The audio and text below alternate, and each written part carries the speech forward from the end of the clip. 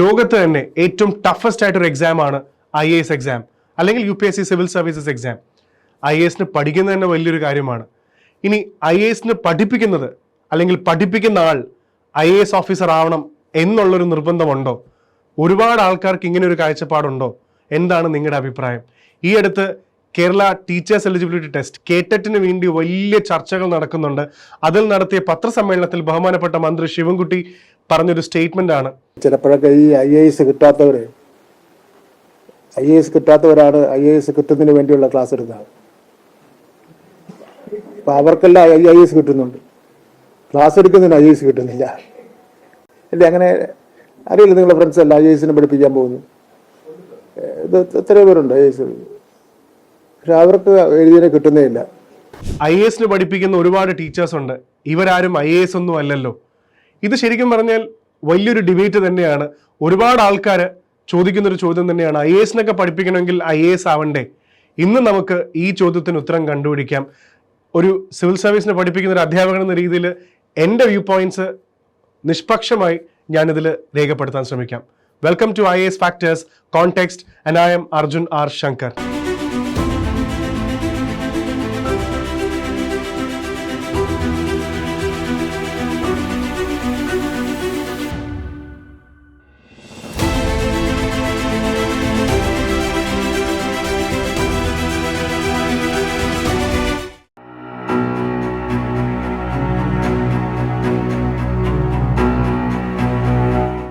കേറ്ററ്റ് എന്ന് പറയുന്ന പരീക്ഷയെ കുറിച്ചിട്ടാണ് ഇതിന്റെ സ്റ്റാർട്ടിംഗ് പോയിന്റ്. നമ്മളിപ്പോൾ നടത്തിയ ചർച്ച പോലും ഇതിന്റെ സ്റ്റാർട്ടിംഗ് പോയിന്റ് കേറ്ററ്റ് ആണ്. നമ്മൾ എന്തായാലും കേറ്ററ്റിനെ കുറിച്ചല്ലേ വീഡിയോ ചെയ്യുന്നത്, പക്ഷെ എന്നാലും ഇതെല്ലാം പറയുന്ന ഒരു അൾട്ടിമേറ്റ് പോയിന്റ് എന്ന് പറയുന്നത് ടീച്ചേഴ്സിന് ആ ക്വാളിറ്റി ഉണ്ടോ? എൻട്രൻസ് എക്സാമിലൂടെ മാത്രമേ ടീച്ചേഴ്സിന് ആ ക്വാളിറ്റി കണ്ടെത്താൻ പറ്റൂ എന്നുള്ളൊരു ചോദ്യമുണ്ട്. കേരളത്തിലെ അധ്യാപകർ മറ്റ് സംസ്ഥാനത്തെ പോലെയല്ല, നമ്മുടെ നിയമങ്ങൾ വ്യത്യാസമുണ്ട്. എന്നാലും ഇവിടുത്തെ അധ്യാപകർക്ക് already PhD, net, set, MPhil ഒക്കെ ഉണ്ട്.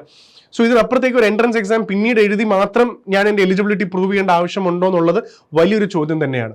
എന്തായാലും ഇതേ ചോദ്യം IASന്റെ കാര്യത്തിലും വരുന്നുണ്ട്. ഒരുപാട് ആൾക്കാർ പലപ്പോഴും ചോദിച്ചു കേൾക്കാറുണ്ട്, IAS പഠിപ്പിക്കുന്ന ആൾക്കാർക്ക് IAS ഇല്ലെങ്കിൽ പിന്നെ എങ്ങനെയാണ് ഇവർ ഇത്രയും ക്വാളിറ്റിയോടെ, കാരണം ഇത്രയും ടഫസ്റ്റ് ആയിട്ടൊരു എക്സാമിൽ ഇത്രയും കുട്ടികളെ ആസ്പിറൻസിനെ പഠിപ്പിക്കണമെങ്കിൽ ഇവർക്ക് എന്ത് ക്വാളിറ്റിയാണുള്ളത്? പേഴ്സണലി ഒരു ടീച്ചർ എന്ന രീതിയിൽ ഞാനും ഈ ചോദ്യം വളരെയധികം പ്രാവശ്യം പല ഭാഗത്തുനിന്ന് കേട്ടിട്ടുണ്ട്. ഞാൻ എന്തായാലും സിവിൽ സർവീസ് പാസ്സായ ഒരാളല്ല, എന്നാൽ പരീക്ഷയുടെ പല ഘട്ടങ്ങളിൽ എത്തിയ ഒരാളാണ്. എക്സ്പീരിയൻസ് തന്നെയാണ് ഇതിൻ്റെ ഏക ക്രൈറ്റീരിയ എനിക്ക് പറയാനുള്ളത്. ഇത് എൻ്റെ ഒരു പേഴ്സണൽ എക്സ്പീരിയൻസും കൂടെയാണ്. ടീച്ചേഴ്സ് എപ്പോഴും അല്ലെങ്കിൽ പല ആൾക്കാരും നമ്മളടുത്ത് ചോദിക്കാറുണ്ട്, നിങ്ങൾ എങ്ങനെയാണ് എഫിഷ്യൻ്റ് ആയിട്ട് നിങ്ങൾക്ക് എങ്ങനെ പഠിപ്പിക്കാൻ സാധിക്കും?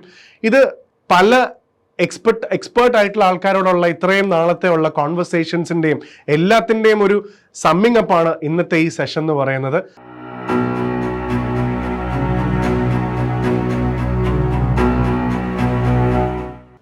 ആരാണ് നല്ലൊരു ടീച്ചർ എന്നൊരു ചോദ്യമുണ്ട്.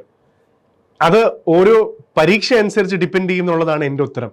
നല്ലൊരു ടീച്ചർ എന്ന് പറഞ്ഞാൽ നമ്മൾ ഡെഫിനിഷൻ കൊടുക്കുന്നതിനെക്കാട്ടും നല്ലത് ഇന്ന പരീക്ഷയ്ക്ക് വേണ്ടി കൃത്യമായി പഠിപ്പിച്ച് തയ്യാറാക്കാൻ പറ്റുന്ന ഒരാൾ ആ പരീക്ഷയ്ക്ക് വേണ്ടിയുള്ള നല്ല അധ്യാപകനാണ്. അല്ലാതെ അദ്ദേഹം നല്ലൊരു അധ്യാപകനാകാം, പക്ഷെ ഇന്ന പരീക്ഷയ്ക്ക് വേണ്ടി തയ്യാറെടുപ്പിക്കുമ്പോൾ മാത്രമാണ് അദ്ദേഹത്തിൻ്റെ എക്സ്പീരിയൻസും എക്സ്പെർട്ടൈസും വരുന്നത്. ഇനി ഏറ്റവും കൂടുതൽ നമ്മൾ കാണേണ്ട ഒരു ചോദ്യം എന്താണെന്ന് വെച്ചാൽ, മിക്കവാറും എഞ്ചിനീയറിംഗ്, മെഡിസിൻ എന്ന് പറയുന്ന അല്ലെങ്കിൽ IIT എന്ന് പറയുന്ന വലിയ എൻട്രൻസ് എക്സാമിനേഷൻ ഉണ്ട്. ഈ പരീക്ഷയുടെ പഠിപ്പിക്കുന്ന ഫാക്കൽറ്റി ബേസ് എടുത്തു കഴിഞ്ഞാൽ നമുക്ക് കാണാൻ പറ്റും, എഞ്ചിനീയറിംഗിന് പഠിപ്പിക്കുന്ന ഒരുപാട് ആൾക്കാർ എഞ്ചിനീയറിംഗ് കഴിഞ്ഞ ആൾക്കാരായിരിക്കും, അല്ലെങ്കിൽ IIT എന്നൊക്കെ പാസ്സായ ആൾക്കാരായിരിക്കും. മെഡിസിൻ പഠിപ്പിക്കുന്ന പല ആൾക്കാരും MBBS കഴിഞ്ഞ ഡോക്ടർമാരായിരിക്കും. സോ സ്വാഭാവികമായിട്ടും പബ്ലിക്കിൻ്റെ ഇടയിലും ആൾക്കാരുടെ ഇടയിലും അങ്ങനെയാണ് ഈ ചോദ്യത്തിന് പ്രസക്തി വരുന്നത്. MBBS പഠിച്ച ഒരാൾക്ക് മെഡിസിന് പഠിക്കാമെങ്കിൽ IIT നിന്നും പാസ് ഔട്ട് ഒരായ ആൾക്ക് IITക്ക് വേണ്ടി ക്ലാസ് എടുക്കാമെങ്കിൽ എന്തുകൊണ്ട് IAS ആയ ഒരാൾ IASന് ക്ലാസ് എടുക്കുന്നില്ല? എങ്കിൽ പിന്നെ ആ ക്ലാസ്സിന് ക്വാളിറ്റി ഇല്ലല്ലോ എന്ന്. പക്ഷേ അങ്ങനെ നമുക്ക് വിലയിരുത്താൻ പറ്റില്ല. കാരണം സിവിൽ സർവീസ് ഇന്ത്യയിൽ നിന്ന് മാത്രമല്ല ലോകത്തെ തന്നെ ഏറ്റവും ടഫസ്റ്റ് ആയിട്ടൊരു എക്സാമിനേഷനാണ്. അത് ടഫ് ആവുന്നത് അതിൻ്റെ സിലബസ് കൊണ്ടാണ്, അതിൻ്റെ ഒരു കോംപ്ലിക്കേഷൻ ലെവൽ കൊണ്ടാണ്. 3 ഘട്ടങ്ങൾ പാസ്സായി പ്രിലിംസ്, മെയിൻസ്, ഇന്റർവ്യൂ ഒക്കെ കഴിഞ്ഞ് വേണം ഇതിൽ വരാൻ. ഓരോന്നിൻ്റെയും സിലബസ് എൻറ്റയർലി ഡിഫറെൻ്റ് ആണ്. സോ ഒരിക്കലും IAS പാസ്സായ ഒരാൾ മാത്രം പഠിപ്പിച്ചാൽ മാത്രം നന്നാവുന്നൊരു പരീക്ഷ അല്ലാന്ന് നമുക്ക് ഇവിടെ മനസ്സിലാക്കാൻ പറ്റും. കാരണം ഇവിടെ IAS പാസ്സായ ഒരാളെ സംബന്ധിച്ചോളം അയാൾക്ക് സിവിൽ സർവീസിൽ ഒരുപാട് ജോലികളുണ്ട്. IPS പാസ്സായ ഒരാൾ അല്ലെങ്കിൽ IPS ഓഫീസർ ആയിട്ട് ഒരാൾക്ക് അദ്ദേഹത്തിന് IPSലും അദ്ദേഹത്തിന്റെ പോലീസിംഗ് സർവീസിൽ ഒരുപാട് കാര്യങ്ങൾ ചെയ്യാനുണ്ട്. ഇവർക്കെല്ലാം അവരുടേതായ ജോലി തിരക്കുകൾ ഉള്ളതുകൊണ്ട് തന്നെ പലപ്പോഴും ഗസ്റ്റ് സെഷൻസ് ഒക്കെ എടുക്കാന്നല്ലാതെ ഫുള്ളായിട്ട്, ഇനി അതും കൂടെ നിങ്ങൾക്ക് അറിയേണ്ട ഒരു കാര്യമാണ്. കാരണം ഇന്ത്യയിൽ ഒരു ലെസ് ദാൻ 1% അക്കാഡമികളും ഇൻസ്റ്റിറ്റ്യൂഷൻസും ടീച്ചർമാരും ഡെഫിനറ്റ്ലി സിവിൽ സർവീസ് പാസ്സായ ആൾക്കാർ റിസൈൻ ചെയ്ത് പഠിപ്പിക്കുന്ന ഒരു ചെറിയ പെർസെൻറ്റേജ് ഓഫ് ആൾക്കാരുണ്ട്. നമുക്ക് ഒരിക്കലും IAS പഠിപ്പിക്കുന്ന എല്ലാവരും സിവിൽ സർവീസ് അല്ല ആണെന്ന് പറയാനും പറ്റില്ല. എന്നാൽ വളരെ കുറച്ച് ശതമാനം ആൾക്കാർ ജോലി വേണ്ട, IAS IPS ഒക്കെ വേണ്ടാന്ന് വെച്ചിട്ട് പഠിപ്പിക്കുന്നവരുണ്ട്. അത് ഡെഫിനറ്റ്ലി ഉണ്ട്. പക്ഷെ എന്നാൽ നമുക്ക് കാണാൻ പറ്റും 99% ആൾക്കാരും സിവിൽ സർവീസ് കിട്ടാത്തവർ തന്നെയാണ് സിവിൽ സർവീസിന് വേണ്ടി പഠിപ്പിക്കുന്നത്. അതുകൊണ്ട് ക്വാളിറ്റി മോശമാവുന്നില്ല. ഇവിടെ എന്തുകൊണ്ടെന്ന് വെച്ചാൽ ഈ പഠിപ്പിക്കുന്ന ടീച്ചർമാർ മോശമാണ്, അല്ലെങ്കിൽ IAS പഠിപ്പിച്ച ആള് അത്ര ക്വാളിറ്റി ഇല്ല, IAS കിട്ടില്ലെന്ന് പറയുന്ന നമുക്ക് അങ്ങനെ പറയാൻ ഡിഫിക്കൽട്ടി എന്താണെന്ന് വെച്ച് കഴിഞ്ഞാൽ ഈ പരീക്ഷയുടെ വേക്കൻസിയാണ്. 13 ലക്ഷം പേര് ഏകദേശം 1000 വേക്കൻസിക്ക് വേണ്ടിയാണ് കോമ്പീറ്റ് ചെയ്യുന്നത്. പണ്ട് കുറച്ച് വർഷങ്ങൾക്ക് മുന്നേ നോക്കുകയാണെങ്കിൽ അത് 600, 700, 800, 900, 1000 വേക്കൻസിയിൽ നിന്നാണ് പതുക്കെ അത് മുന്നോട്ട് വന്നിട്ടുള്ളത്. അപ്പോൾ ഈ 1000 വേക്കൻസിക്ക് വേണ്ടി 13 ലക്ഷം പേര്, ഇന്ത്യയിലെ 13 ലക്ഷം ഗ്രാജുവേറ്റ്സ്, അതിൽ ഏറ്റവും ബെസ്റ്റ് ആയിട്ടുള്ള ആൾക്കാർ പഠിക്കുമ്പോൾ അതിനകത്ത് 1000 പേര് മാത്രമേ സിവിൽ സർവൻസ് ആവുന്നുള്ളൂ. ഈവൻ സിവിൽ സർവീസിന്റെ ഇന്റർവ്യൂവിന് പോകുന്ന ആൾക്കാർ പോലും 3000, 4000 അടുപ്പിച്ച ആൾക്കാരുണ്ട്. ഈ 3000 ബെസ്റ്റ് ആൾക്കാരിൽ നിന്നും 1000 പേരെ എടുക്കുന്നുള്ളൂ. മെയിൻസ് പരീക്ഷ എഴുതുന്നത് പോലും ഏകദേശം 13,000, 14,000 പേര് പരീക്ഷ എഴുതുന്നുണ്ട്. ഇവരാരും മോശക്കാരല്ല. അപ്പൊ സിവിൽ സർവീസ് കിട്ടുന്നില്ല എന്ന് പറയുന്ന, കിട്ടാത്ത ഫാക്കൽറ്റി അല്ലെങ്കിൽ കിട്ടാത്ത ആൾക്കാർ പഠിപ്പിക്കുന്നു എന്ന് പറയുമ്പോൾ ഇവർക്ക് ക്വാളിറ്റി ഇല്ല എന്ന് പറയുന്നത് തെറ്റാണെന്ന് പറയേണ്ടി വരും. കാരണം വേക്കൻസി ഇല്ലാത്തത് കൊണ്ട് മാത്രമാണ് അവരതിൽ വരാത്തത്. അതിൽ വന്ന 1000 മികച്ച ആൾക്കാർ ഓൾറെഡി സിവിൽ സർവൻസ് ആയിക്കഴിഞ്ഞു. സോ കിട്ടാത്ത ബാക്കിയുള്ള ആൾക്കാരൊക്കെ എല്ലാം അത്രയും തന്നെ നോളജ് ലെവലും അത്രയും തന്നെ വർഷം ഒരുപാട് കഷ്ടപ്പെട്ട് പഠിച്ചവരുമാണ്. അവരവരുടെ എക്സ്പീരിയൻസ് ആണ് അടുത്ത ജനറേഷൻ അല്ലെങ്കിൽ അടുത്ത കുട്ടികൾക്ക് ആസ്പിരൻസിന് പകർന്നു കൊടുക്കുന്നത്. സോ ഒരിക്കലും മറ്റ് എക്സാംസ് പോലെ കാണാൻ സാധിക്കില്ല എന്നുള്ളൊരു സത്യം നമ്മളിവിടെ മനസ്സിലാക്കണം.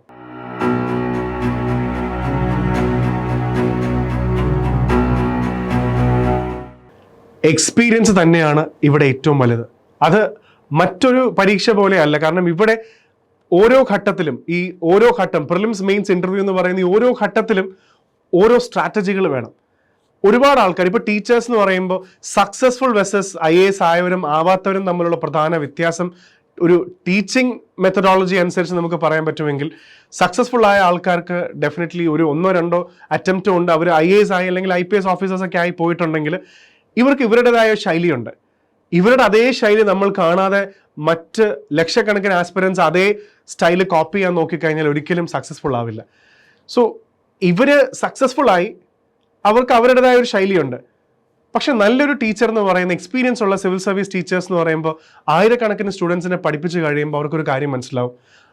10,000 വഴികൾ, തോമസ് ആൽവ എഡിസൺ പണ്ട് പറഞ്ഞ പോലെ, ഞാൻ സക്സസ്ഫുൾ ആയ എന്താന്ന് വെച്ചാൽ 10,000 വഴികൾ, വർക്ക് ചെയ്യാത്ത 10,000 വഴികൾ എനിക്ക് മനസ്സിലായി. അതുകൊണ്ട് തന്നെ ഒരു സ്റ്റുഡൻറ് ആ വഴി പോകുന്ന കാണുമ്പോൾ തന്നെ ഇവർക്ക് മനസ്സിലാവും ഈ വഴി ഒരിക്കലും ഇവർക്ക് ബെനിഫിഷ്യൽ അല്ല, ഇവരിതൊന്നും ഒരിക്കലും രക്ഷപ്പെടാനും പോകുന്നില്ല, ആ വഴി തെറ്റാണ് എന്ന് തോന്നിക്കുന്നത് ഒരു ടീച്ചറിന്റെ എക്സ്പീരിയൻസ് ആണ്. സക്സസ്ഫുൾ ആയിട്ടുള്ള ആൾക്കാർ, സക്സസ് എന്ന് പറയുന്നത് തന്നെ ഭയങ്കര റിലേറ്റീവ് ആണ്. മറ്റൊരാളുടെ കണ്ണിൽ IAS ആയി IPS ആയി എന്ന് പറയുന്ന സക്സസിനെക്കാട്ടും ടീച്ചേഴ്സിന്റെ ഈ എക്സ്പീരിയൻസ് ഈ പരീക്ഷയിൽ വളരെയധികം ഇമ്പോർട്ടൻ്റ് ആണ്. അതുകൊണ്ടാണ് ഒരുപാട് വർഷം ഈ പരീക്ഷയ്ക്ക് വേണ്ടി തയ്യാറെടുത്തവർ, അല്ലെങ്കിൽ ഈ പരീക്ഷയ്ക്ക് കിട്ടാതെ ജസ്റ്റ് 1-2 മാർക്കിനൊക്കെ IASഉം IPS ഒക്കെ മിസ്സായിപ്പോയ ആൾക്കാർ ആരും മോശക്കാരല്ല. അവർക്ക് ആ എക്സ്പീരിയൻസ് ഉണ്ട്. ആദ്യ ഘട്ടത്തിൽ ഒരു സ്റ്റുഡൻറ്റിനെ എങ്ങനെ കൊണ്ടുപോകണം, അല്ലെങ്കിൽ അടുത്ത ലെവലിലേക്ക് എഴുത്തു പരീക്ഷ വളരെ പ്രധാനപ്പെട്ട ഒരു പരീക്ഷയാണ്, എങ്ങനെ അതിലേക്ക് ട്യൂൺ ചെയ്യണം എന്നൊക്കെ പറഞ്ഞു കൊടുക്കാനുള്ള ഒരു ക്വാളിറ്റി ലെവൽ, എക്സ്പീരിയൻസ് വളരെയധികം കൂടുതലാണ്. ഒരു കാര്യം കൂടെ നിങ്ങളോട് ഷെയർ ചെയ്യാനുണ്ട്. കാരണം മറ്റു പരീക്ഷകൾ പോലെയല്ല സിവിൽ സർവീസ് എക്സാമിൻ്റെ പരീക്ഷയുടെ പാറ്റേൺ, ട്രെൻഡ് എന്ന് പറയുന്ന അങ്ങനെ ഒരു ട്രെൻഡും പാറ്റേണും ഇല്ല. ഓരോ കൊല്ലവും വളരെയധികം ഈ പരീക്ഷയുടെ പാറ്റേൺ മാറും, ടോപ്പിക്കിൻ്റെ രീതി മാറും, ചോദ്യങ്ങളുടെ ലെവൽ മാറും. ഒരു നല്ല സയൻറ്റിസ്റ്റിനെ പോലെ വളരെ കൃത്യമായി ഒബ്സർവ് ചെയ്ത് ഓരോ കൊല്ലത്തിൻ്റെയും പാറ്റേൺ അനലൈസ് ചെയ്ത് കഴിയുമ്പോഴാണ് നമുക്ക് ശരിക്കും അത് ഉൾക്കൊണ്ട് വരാൻ പോകുന്ന സ്റ്റുഡൻസിനെ ഈ ലെവലിലേക്ക് തയ്യാറെടുപ്പിക്കാൻ പറ്റുക. അതുകൊണ്ട് തന്നെയാണ് മറ്റൊരു പരീക്ഷയ്ക്കും ഇല്ലാത്ത ആ ഒരു പ്രിപ്പറേഷനും കോംപ്ലിക്കേഷനും ഇതിനകത്ത് വരുമ്പോൾ നല്ല എക്സ്പീരിയൻസ് ഉള്ളൊരു ടീച്ചർക്ക് ഉറപ്പായിട്ടും ഇവരെ ഗൈഡ് ചെയ്യാൻ സാധിക്കും.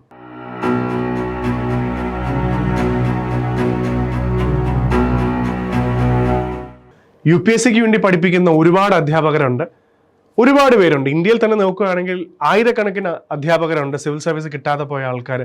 ഇവർക്കൊക്കെ സിവിൽ സർവീസിന് വേണ്ടി പഠിപ്പിക്കുന്ന എന്തിനാണ് അവർ ഇത്രയും സമയം മെനക്കെടുത്തി മറ്റു ജോലികളൊന്നും പോവാതെ UPSCക്ക് വേണ്ടി തന്നെ വർഷങ്ങളായിട്ട് പഠിപ്പിക്കുന്നതെന്ന് ചോദിച്ചു കഴിഞ്ഞാൽ, പഠിപ്പിക്കാനുള്ള താല്പര്യം, എക്സ്പീരിയൻസ് മറ്റൊരാൾക്ക് പകർന്നു കൊടുക്കാനുള്ള ഒരു ഇൻട്രസ്റ്റ്, സെൽഫ് സാറ്റിസ്ഫാക്ഷൻ ഒക്കെ ഉണ്ടെങ്കിലും എവിടെയോ ഒരു ചെറിയ ഒരു ഡ്രീം സാറ്റിസ്ഫാക്ഷൻ ഉണ്ട്. അത് മിക്ക അധ്യാപകർക്കും റിലേറ്റ് ചെയ്യാൻ പറ്റുന്നതാണ്.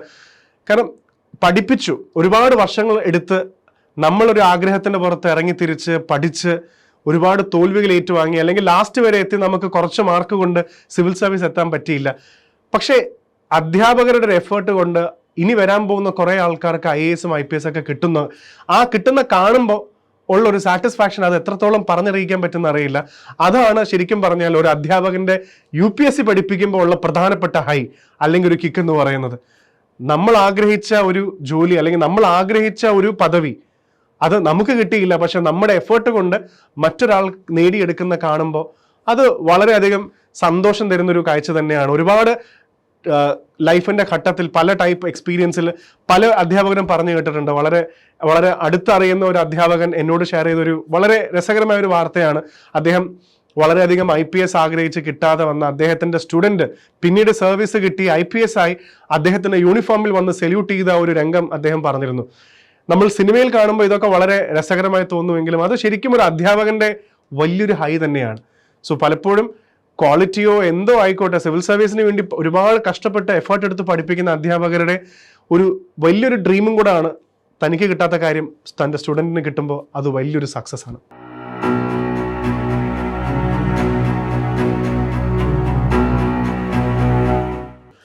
സിവിൽ സർവീസിന് പഠിപ്പിക്കുന്നവർക്ക് അങ്ങനെ ഒരു പ്രത്യേക എൻട്രൻസ് എക്സാംസോ അല്ലെങ്കിൽ ടീച്ചേഴ്സിന്റെ പോലത്തെ എൻട്രൻസ് എലിജിബിലിറ്റി എക്സാംസ് വേണമെന്ന് പറയുന്നു. ഇത് രണ്ട് രീതിയിൽ വ്യാഖ്യാനിക്കപ്പെടാം.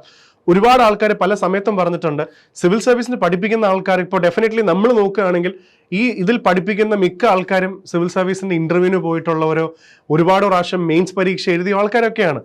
അല്ലെങ്കിൽ സ്വാഭാവികമായിട്ടും വരാൻ പോകുന്ന കുട്ടികളെ അല്ലെങ്കിൽ ആസ്പിരൻസിനെ കമാൻഡ് ചെയ്യാനുള്ള ഒരു എക്സ്പീരിയൻസും ഗ്രിപ്പ് ഇവർക്ക് ഉണ്ടാവില്ല. ഇൻഡയറക്ട്ലി ഒരു എക്സാം വേണോ വേണ്ടെന്നുള്ളത് വലിയ ചർച്ച തന്നെയാണ്. ഇവരുടെ എക്സ്പീരിയൻസ് തന്നെയാണ് ഇവരുടെ ഏറ്റവും വലിയ എലിജിബിലിറ്റി എന്ന് വിശ്വസിക്കുന്ന ഒരാളാണ് ഞാൻ. എൻട്രൻസ് എക്സാം നടത്തിയോണ്ട് മാത്രം അവർ സിവിൽ സർവീസിനെ പഠിപ്പിക്കാൻ യോഗ്യരാണ് എന്നൊരു തോട്ട് പ്രോസസ്സ് എനിക്കില്ല. നിങ്ങൾക്ക് മറിച്ച് മറ്റൊരു ഒപ്പീനിയൻ കാണുമായിരിക്കും. ഒരു എക്സാമ്പിൾ പലപ്പോഴും ഞങ്ങൾ കൊടുക്കാറുള്ള ഒരു എക്സാമ്പിളാണ് സിവിൽ സർവീസിന്റെ ഐച്ഛിക വിഷയം എന്ന രീതിയിൽ ഇംഗ്ലീഷ് ലിറ്ററേച്ചർ വേണമെങ്കിൽ എടുക്കാം, ഓപ്ഷണൽ സബ്ജക്ട് എന്ന രീതിയിൽ. ഇതാരെയും കുറ്റപ്പെടുത്തുന്നതല്ല, ഇതൊരു എക്സ്പീരിയൻസിന്റെ ഇമ്പാക്റ്റ് പറയാൻ വേണ്ടി ഉപയോഗിക്കുന്ന ഒരു എക്സാമ്പിളാണ്. ഇംഗ്ലീഷ് ലിറ്ററേച്ചർ ഏറ്റവും കൂടുതൽ ആൾക്കാർ അങ്ങനെ എടുക്കുന്ന ഒരു ഓപ്ഷൻ അല്ലെങ്കിൽ പോലും എന്നാലും ഒരുപാട് ആൾക്കാർ ഇംഗ്ലീഷ് ലിറ്ററേച്ചർ എടുക്കാറുണ്ട്. ഇതിന് ഇംഗ്ലീഷ് ലിറ്ററേച്ചറിന്റെ ഗൈഡൻസിന് വേണ്ടി ഒരുപാട് ആൾക്കാർ കഷ്ടപ്പെട്ട് നടക്കുന്ന കാണാറുണ്ട്. ആര് ഗൈഡ് ചെയ്യും? ഒരുപാട് കോളേജ് പ്രൊഫസർമാരും യൂണിവേഴ്സിറ്റി പ്രൊഫസർമാരടുത്തും പോയിട്ടും ഇവർക്ക് ഇംഗ്ലീഷ് ലിറ്ററേച്ചറിനെ കുറിച്ച് സബ്ജക്റ്റീവ്ലി പറഞ്ഞു കൊടുക്കാമെങ്കിലും UPSC എക്സാമിന് ഒരു പാറ്റേൺ ഉണ്ട്, അത് എഴുതേണ്ട രീതിയുണ്ട്, മാർക്ക് സ്കോർ ചെയ്യാൻ വേണ്ടി എഴുതുന്ന ഒരു പാറ്റേണും ഉണ്ട്. ഇതറിയുന്ന ഒരാൾക്ക് മാത്രമേ അവരെ UPSCക്ക് ഗൈഡ് ചെയ്യാൻ പറ്റുള്ളൂ. ഇംഗ്ലീഷ് പ്രൊഫസർ ഒരിക്കലും മോശമായൊരു വ്യക്തിയല്ല, അദ്ദേഹത്തിൻ്റെ അറിവ് ഒരിക്കലും ചെറുതുമല്ല, വളരെ നോളജബിൾ ആയിട്ടൊരു വ്യക്തി തന്നെയായിരിക്കും അദ്ദേഹം. പക്ഷേ അറിവല്ല ഇവിടെ, അറിവിനോടൊപ്പം സ്ട്രാറ്റജിയും എക്സ്പീരിയൻസും വേണം.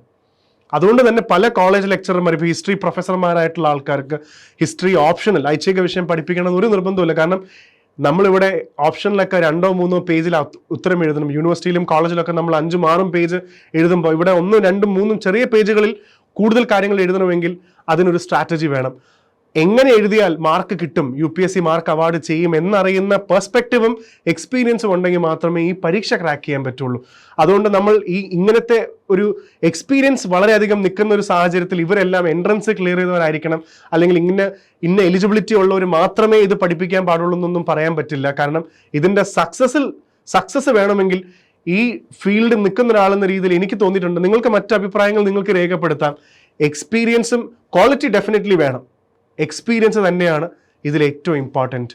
അതുകൊണ്ട് സിവിൽ സർവീസിന് പഠിപ്പിക്കാൻ വേണ്ടി IAS വേണമെന്ന് നിർബന്ധമൊന്നുമില്ല. ഇനി IASകാരൻ IASന് വേണ്ടി പഠിപ്പിക്കുന്നതുകൊണ്ട് തെറ്റുമില്ല.